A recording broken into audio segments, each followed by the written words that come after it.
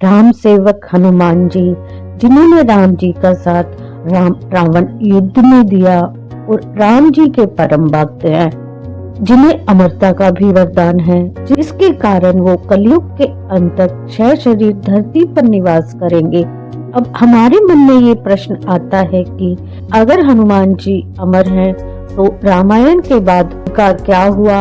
आखिर वो कहाँ चले गए और आज वो कहाँ हो सकते हैं? आज के वीडियो में मिलेंगी आपको पूरी जानकारी, तो वीडियो को पूरा देखें। कमेंट बॉक्स में जय श्री राम जय हनुमान अवश्य लिखें।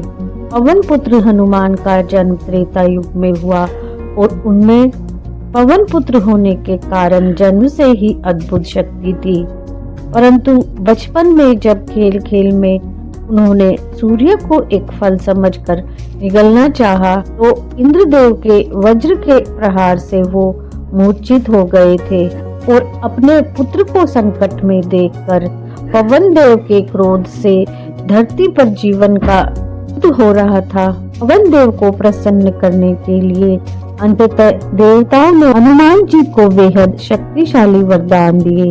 ये ऐसी शक्तियां थी जिनका पूर्ण ज्ञान हनुमान जी को भी नहीं था, और अपनी इन्हीं शक्तियों के कारण हनुमान जी ने भगवान राम का साथ राम रावण युद्ध में दिया। लेकिन हमें हनुमान जी की जानकारी सिर्फ राम जी के वैकुंठ गमन तक की है। हनुमान जी अगर अमर हैं, तो रामायण के बाद कहाँ गए? आइए जानने की कोशिश करते हैं। हनुमान जी की जानकारी को हम किसी पुराण में जान नहीं पाएंगे, लेकिन महाभारत युद्ध में हनुमान जी को ढूंढ सकते हैं।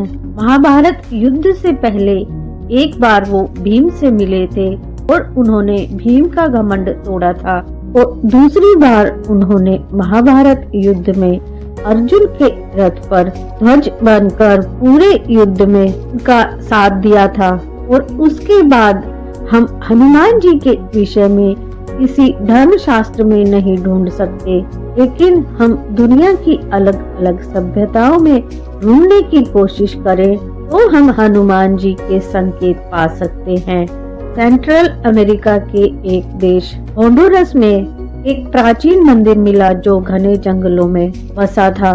इस मंदिर की तस्वीरें भी इंटरनेट पर वायरल हुई और इस मंदिर को 2000 साल से पुराना बताया गया है, और इसके आसपास कई और ढांचे भी मिले, लेकिन इसकी लोकेशन कभी सार्वजनिक नहीं की गई। ये यहाँ पर साबित करता है कि कभी यहाँ पर एक वानर देव की पूजा की जाती थी, और आप इन तस्वीरों में उनकी समानता हनुमान जी से कर सकते हैं। और इसके बाद चीन में भी शक्तिशाली वानर की प्राचीन कहानियाँ सुनाई जाती हैं। लगभग 1000 साल पहले यहाँ पर सन वुकोन नाम का एक अद्भुत शक्तियों वाला वानर हुआ करता था। वो अमर था और उसकी शक्तियाँ देवताओं से भी अधिक थी। उसकी कई कथाओं को भुला दिया गया, जबकि लेकिन जो बची उनमें भी इसी जानकारी को बताया गया है। इसके बाद 14वीं शताब्दी में ऋषि माधवाचार्य ने भी हनुमान जी से मिलने की बात की थी।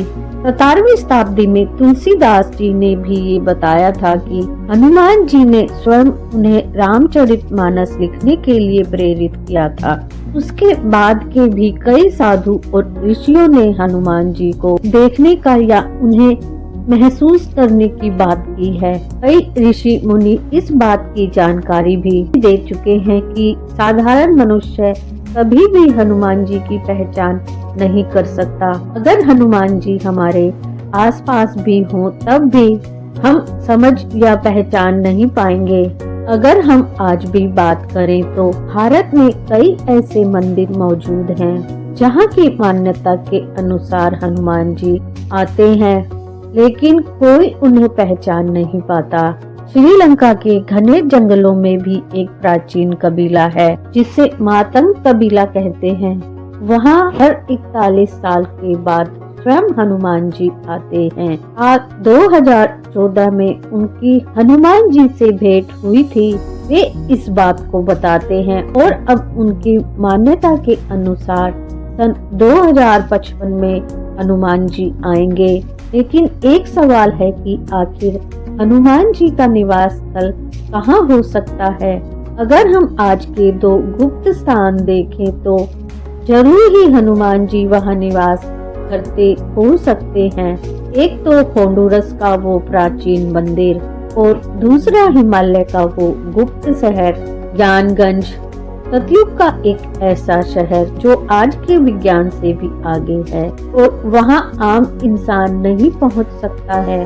तिब्बत मान्यता के अनुसार वहाँ पर अमर इंसान निवास करते हैं। तो आपको क्या लगता है कि हनुमान जी कहाँ हो सकते हैं? क्या आप हनुमान जी के निवास स्थान के विषय में कुछ जानकारी रखते हैं? कमेंट बॉक्स में अवश्य बताएं। वीडियो को लाइक शेयर अवश्य करें।